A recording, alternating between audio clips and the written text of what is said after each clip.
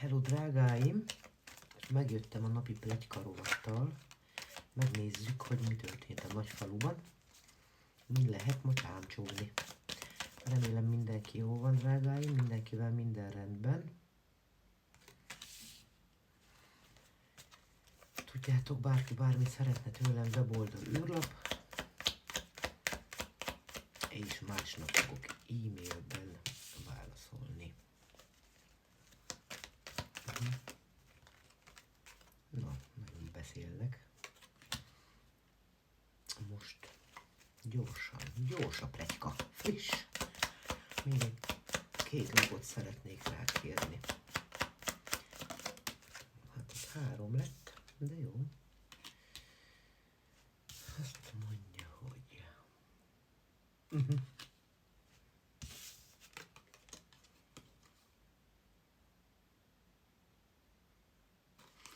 Nos, drágáim, oké. Jó, most ide kivettem a pakli alsót is, életeim. Nos, drágáim, van valaki az életedben, aki miatt te szomorú vagy, megtört vagy gyakorlatilag.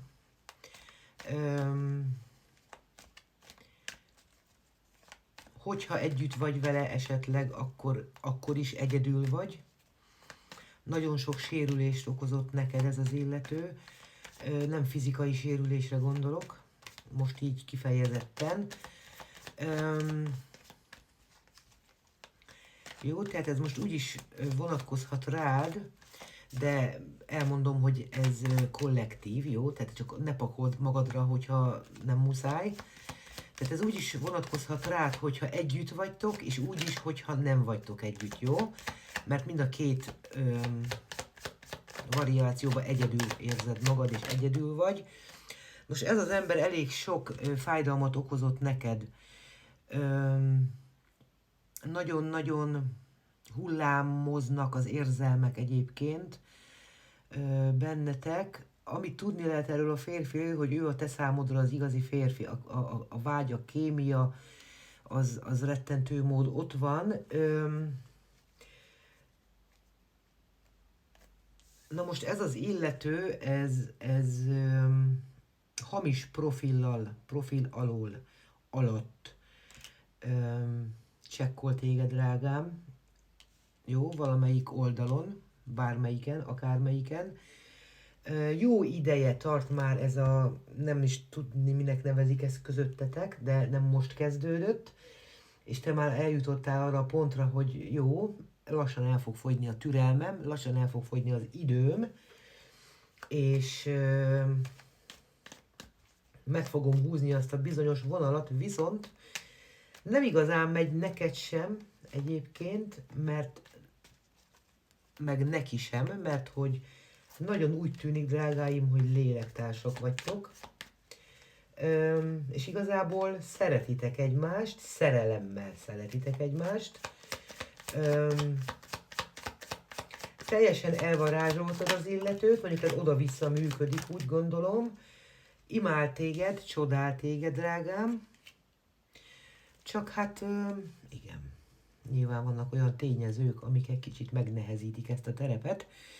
Érzelmileg nagyon-nagyon függtök egymástól egyébként, tehát azt így rögtön az elején leszögezem. Ezt az illetőt, ezt egyébként ő is függhet valamitől. Birtokolhatják ezt az illetőt, konkrétan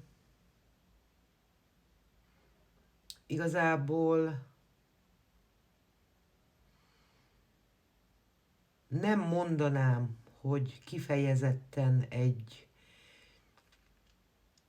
több személyes tyúkolról beszélgetnénk, de előfordulhat az is.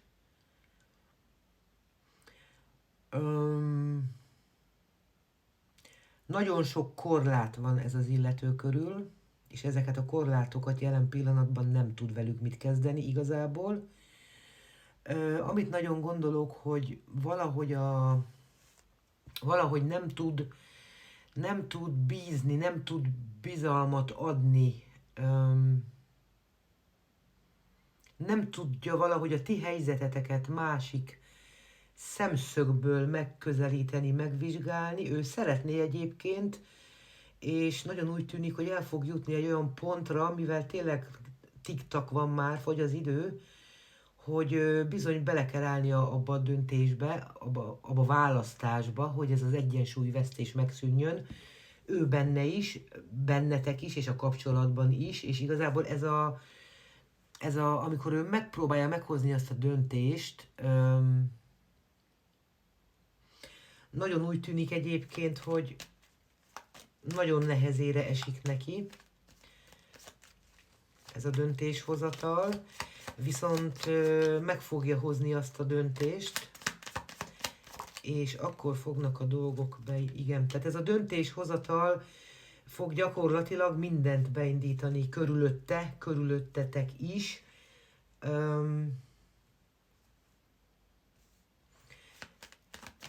Nagyon úgy tűnik, hogy amennyiben ennek az embernek te vagy a célja, akkor el fogja érni azt a bizonyos célt, és igazságban elégedett lesz. Örülni fog, elégedett lesz. Oké. Igen, ezzel a döntéssel egy olyan szintű probléma lesz megoldva, hogy igazából a kommunikációtok is teljes mértékben meg fog változni, és fogtok tudni együttműködni. Fogtok tudni együttműködni. Ez nem esett ki. Mindjárt ez sem. Még egy lapot szeretnék. Igen. És ez egy óriási nagy változáshoz. Tehát ami régen volt, ahogyan régen volt, az teljesen megszűnik, tehát az vége. Így is olyan szinten van már most ez a helyzet, hogy itt vagy eldöntöm azt, hogy akkor most teljes szakítás lesz, mert innen erről a szinten már nem tudtok tovább fölfelé építkezni, tehát itt drasztikus döntéshozatalnak kell megtörténnie ahhoz, hogy tudjatok tovább együttműködni, vagy tudjatok ezentúl együttműködni. Igen. Nos, nagyon úgy néz ki, drágáim, de mondom, ez kollektív, jó? Tehát neved magadra. Nagyon úgy néz ki, hogy egy olyan döntést fog tudni